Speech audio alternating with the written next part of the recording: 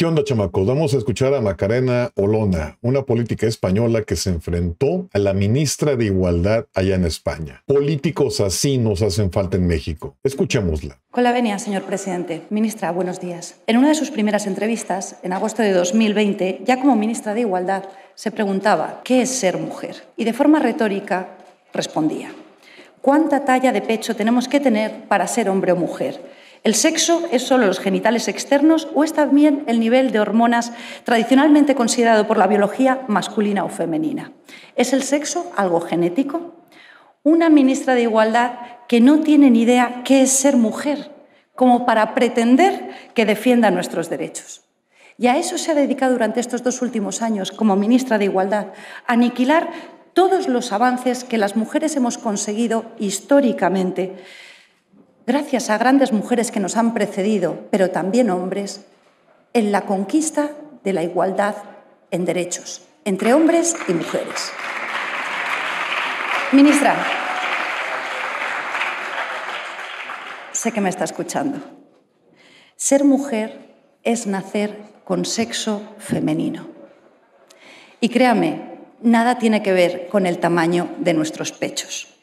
Pero usted, como ministra, está aplicando políticas que niegan esta realidad biológica, que pretenden hacerla desaparecer, porque usted solo sirve al movimiento transgénero, aunque ello suponga el borrado de las mujeres. Ahora bien, sería injusto dejarla sola en esta profunda traición a las mujeres y, desde luego, no empezó con usted. Vamos a ver de dónde venimos, dónde estamos y hacia dónde nos dirigimos. La metamorfosis autodestructiva y socialmente tóxica del feminismo imperante actual cabalga sobre un concepto artificial, la ideología de género, que solo Vox rechaza y según el cual, con independencia del sexo con el que se nace, uno es hombre o mujer según se siente. A veces según se siente cada día, incluso según la hora del día. En ocasiones se alude a este concepto como feminismo de tercera ola, porque hay otros 2 precedentes. El feminismo de primera ola, el de Olympe de Gouges o John Stuart Mill, el de las sufragistas, luchó por la equiparación jurídica entre hombres y mujeres, por la conquista del derecho de voto, entre otros, y que no quedásemos las mujeres necesariamente confinadas al ámbito doméstico. Hacia 1960, en la mayoría de países occidentales, derechos como el voto, el trabajo o la educación ya los habíamos conquistado las mujeres. Surge así el feminismo de segunda ola, que entiende que la equiparación legal de los sexos era exclusivamente formal o abstracta por el simple hecho de que en aquel momento muchas mujeres seguían siendo amas de casas.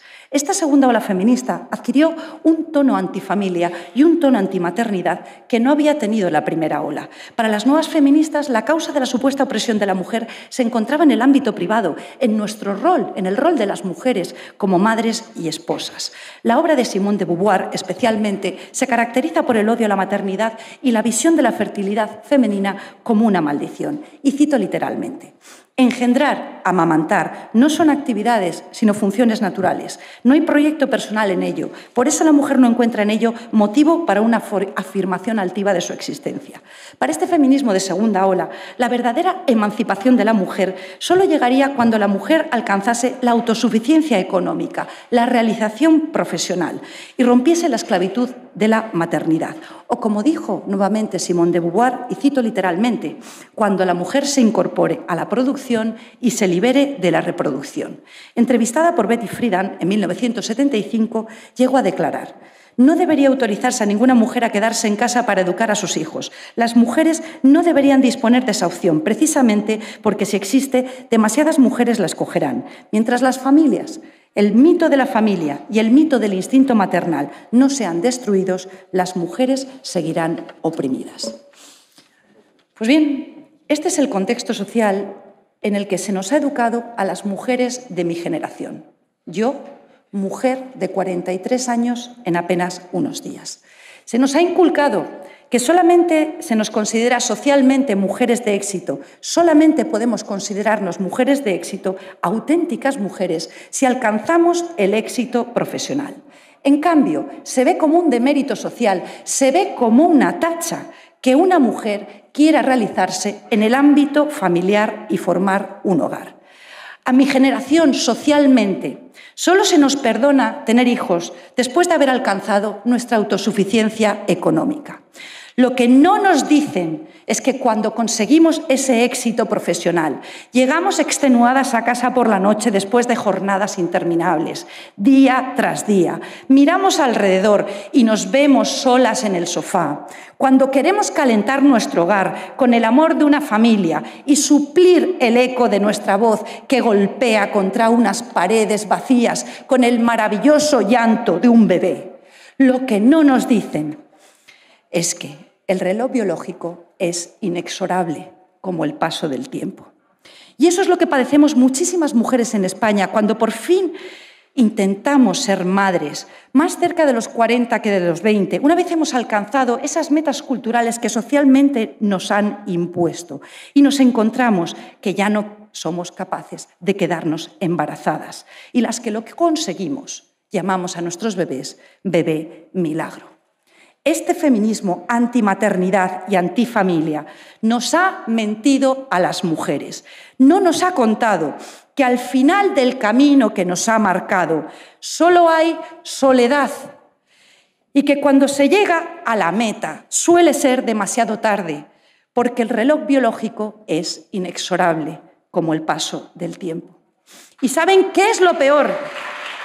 Que esa autosuficiencia económica, ese éxito profesional, no llega a muchísimas mujeres o llega de forma precaria y no por ser mujeres, tampoco llega para muchísimos hombres.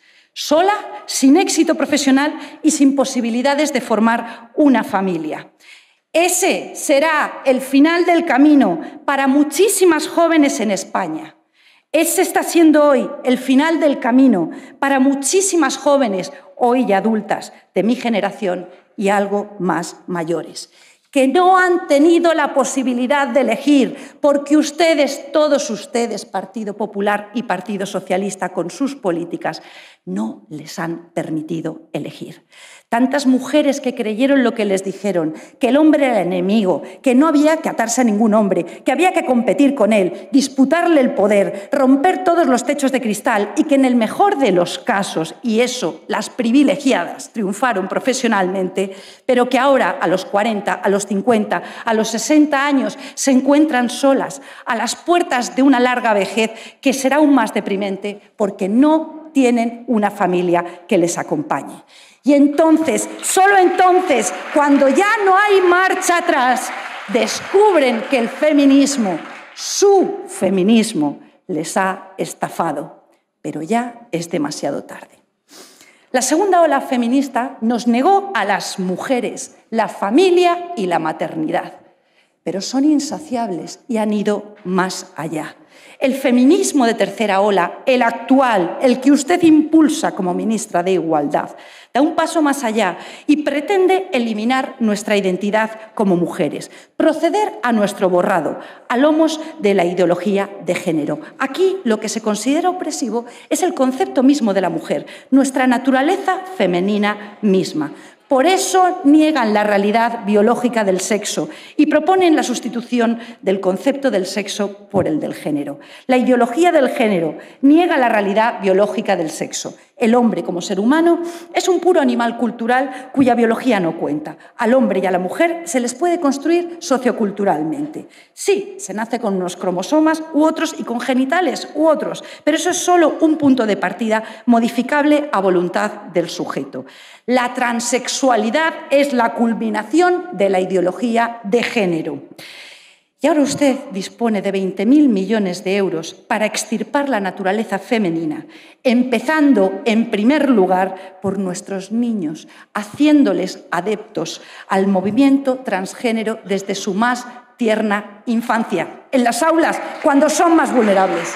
A pesar de que la experiencia del derecho comparado de los países de nuestro entorno, donde este camino de adoctrinamiento ya se ha iniciado con anterioridad, nos demuestra con datos objetivos los estragos que causa el adoctrinamiento en las escuelas en ideología de género. Por citarles tan solo un ejemplo, en el Reino Unido, en una década, los casos de supuesta transexualidad infantil se han multiplicado por 44. Casos de disforia de género en niños siempre han existido, pero eran extremadamente infrecuentes y en muy alto porcentaje se solucionaban con la pubertad de manera natural. El estallido de casos en estos países se explica por el auténtico lavado de cerebro al que usted pretende someter ahora a nuestros hijos en España, desde su más tierna infancia, explicando en las aulas con sus supuestos expertos a nuestros hijos que podrían ser chicos atrapados en cuerpos de chicas o viceversa y que solo ellos conocen su verdadero género porque el sexo biológico no importa. Niños con trastornos emocionales de otro tipo o simplemente con la desorientación y baja autoestima que es propia de la adolescencia son así inducidos artificialmente a atribuir su malestar a la disforia de género y a soñar que un cambio de sexo podría solucionar todos sus problemas. ¿Sabe qué nos demuestra también la experiencia de los países de nuestro entorno? Que el final del camino de estos niños y jóvenes a quienes artificialmente se induce a considerar que padecen una disforia de género, permitiéndoles operaciones de cirugía genital, el final de su camino es el suicidio. Es el suicidio. Actualmente, en España, para los casos constatados con evidencia científica de disforia de género, ya existe una solución médica y legal, con plenas garantías, pero lo que usted y el movimiento transgénero pretenden es convertir la transexualidad en una moda cultural. Y para ello, además de contar con 20.000 millones de euros, tiene el proyecto estrella de su departamento, la Ley Trans, una ley que, tal y como ha dictaminado el Consejo General del Poder Judicial en un extenso informe de 136 folios, discrimina a la mujer, inventa palabras y amenaza el deporte.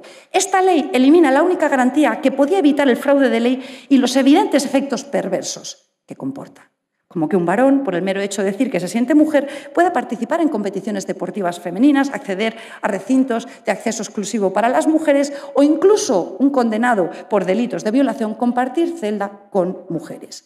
La ideología de género sobre la que cabalga este feminismo de tercera ola que usted impulsa representa en realidad la autodestrucción del feminismo, porque se suponía que la razón de ser del feminismo era la defensa del sexo femenino.